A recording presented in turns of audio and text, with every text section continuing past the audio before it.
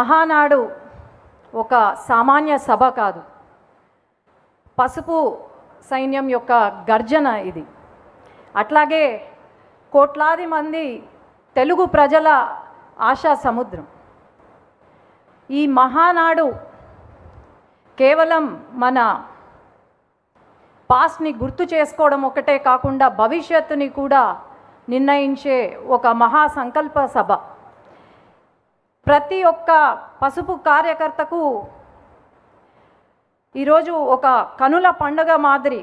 అలాంటి ఈ మహాసభ, ఈ పవిత్రమైన వేదిక పైన ఒక జాతీయ ప్రధాన కార్యదర్శిగా నివేదికను సమర్పించే అవకాశం నాకు ఇచ్చిన ముఖ్యమంత్రి గారికి ధన్యవాదాలు తెలియజేసుకుంటూ, మన పార్టీ అధినేత సామర్థ్యంలో సాగిన అకుంఠిత దీక్ష, అట్లాగే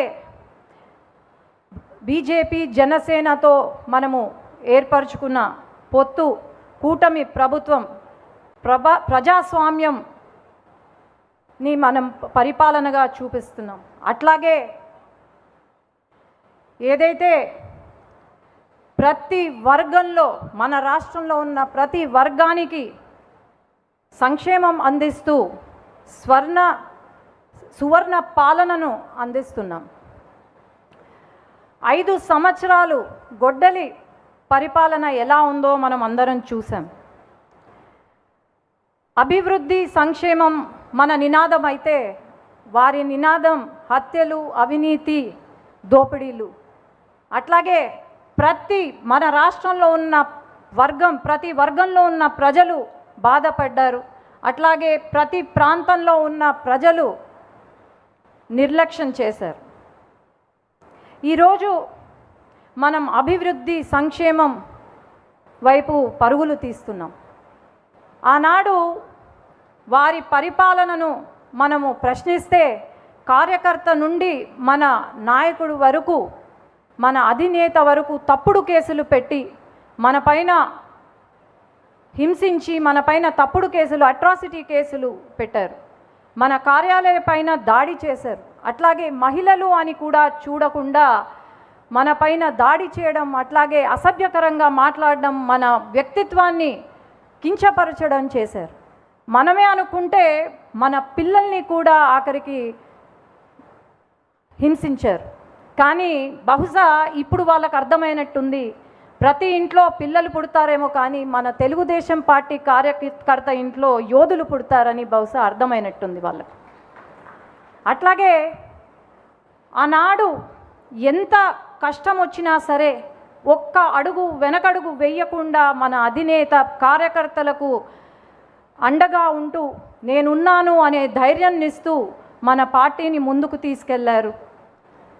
ఈరోజు మనము ఒకటే మన మనసులో ఉండాలి, మనం పని చేసేది మన పార్టీ కోసం, మన అధినేత కోసం, అట్లాగే మన పార్టీ యొక్క నినాదం కోసం తప్ప వ్యక్తిగతంగా కాదు అని నేను తెలియజేసుకుంటున్నాను. మనం ఎప్పుడూ కూడా మనం పడిన కష్టాన్ని మర్చిపోకూడదు. అట్లాగే మన అధినేత పడిన అవమానం మనం మర్చిపోకూడదు. ఎప్పుడూ కూడా ప్రతి ఒక్కరం కాలరెత్తి గర్వంగా చెప్పుకునే ఒక రోజు వస్తే, మన ప్రాణం ఉన్నంత వరకు మనం తెలుగుదేశం పార్టీ కార్యకర్త అని ధైర్యంగా చెప్పుకోవాలి. ఈరోజు మరి కొంతమంది మనల్ని బెదిరిస్తున్నారు. ఆ బెదిరింపులకు బెదిరేది తెలుగుదేశం పార్టీ కార్యకర్త కాదు. గుండెల్లో భయం లేదు, కేవలం పసుపు రక్తం ఉందని మనం ధైర్యంగా చెప్పుకోగలుగుతున్నాం. ఈరోజు బెదిరిస్తున్నారు అంటే మనం చెప్పాల్సింది ఒకటే, మనము మన కార్యకర్తగా వెనగడుగు వేసేది లేదు, తల దించేది లేదు, వెన్ను వంచేది లేదు. మనం ఒకవేళ వెను వంచినా లేకపోతే తల దించినా అది కేవలం నా జెండా కట్టడానికే తప్ప ఇంకేమీ కాదు. ఈ వేదిక నుండి తెలంగాణ కొన్ని దురదృష్టవశాత్తు మనం ఓటమి చెందాం. అట్లాగే తెలంగాణ నాయకులు ఎవరైతే ఉన్నారో వాళ్ళు కార్యకర్తలను కలిసిమెలిసి ప్రయాణం చేస్తూ అక్కడ అట్లాగే ప్రతి క్షణం మన సమస్యలపైన తెలంగాణ రాష్ట్రంలో ఉన్న సమస్యలపైన పోరాడుతూ ఉన్న మన నాయకులను ఈ సభ ద్వారా అభినందన చేస్తున్నాం. అట్లాగే ఈరోజు గల్లీ నుండి ఢిల్లీ వరకు మన జెండా ఎగురుతుంది. మన తెలుగుదేశం పార్టీ మన తెలుగు ప్రజల ఆత్మగౌరవాన్ని నిలుపుతున్నాం, తెలుగు గళాన్ని వినిపిస్తున్నాం.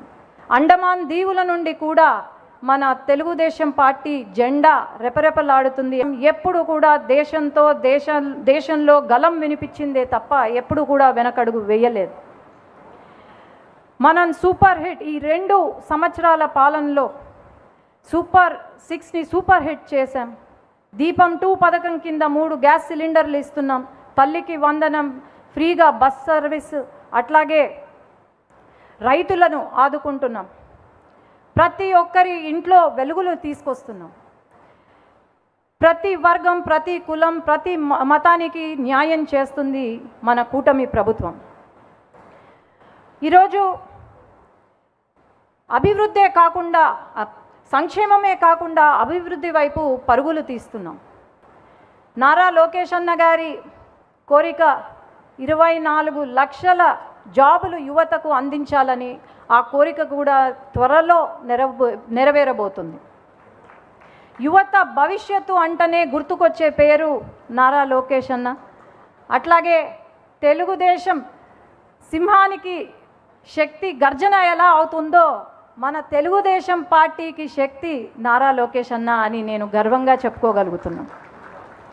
ఈరోజు రాష్ట్రంలో 2 సంవత్సరాల కాలంలో 23 లక్షల కోట్లతో పెట్టుబడులు తీసుకొచ్చాం. దాదాపు 800 పైన కంపెనీలకు ఏదో ఒక రోజు ప్రతిరోజు శంకుస్థాపనలు కానీ ప్రారంభోత్సవం కానీ జరుగుతూనే ఉంది. కానీ గొడ్డలి పార్టీ సమయంలో ఒక్క కంపెనీ కూడా రాలేదు అని నేను చెప్తున్నాను. అట్లాగే సంక్షేమం, అభివృద్ధి, జాబ్సే కాకుండా ఒక పక్క ఇరిగేషన్ ప్రాజెక్ట్స్ని పూర్తి చేస్తున్నాం. శాంతి భద్రతను మనము చూసుకుంటున్నాం.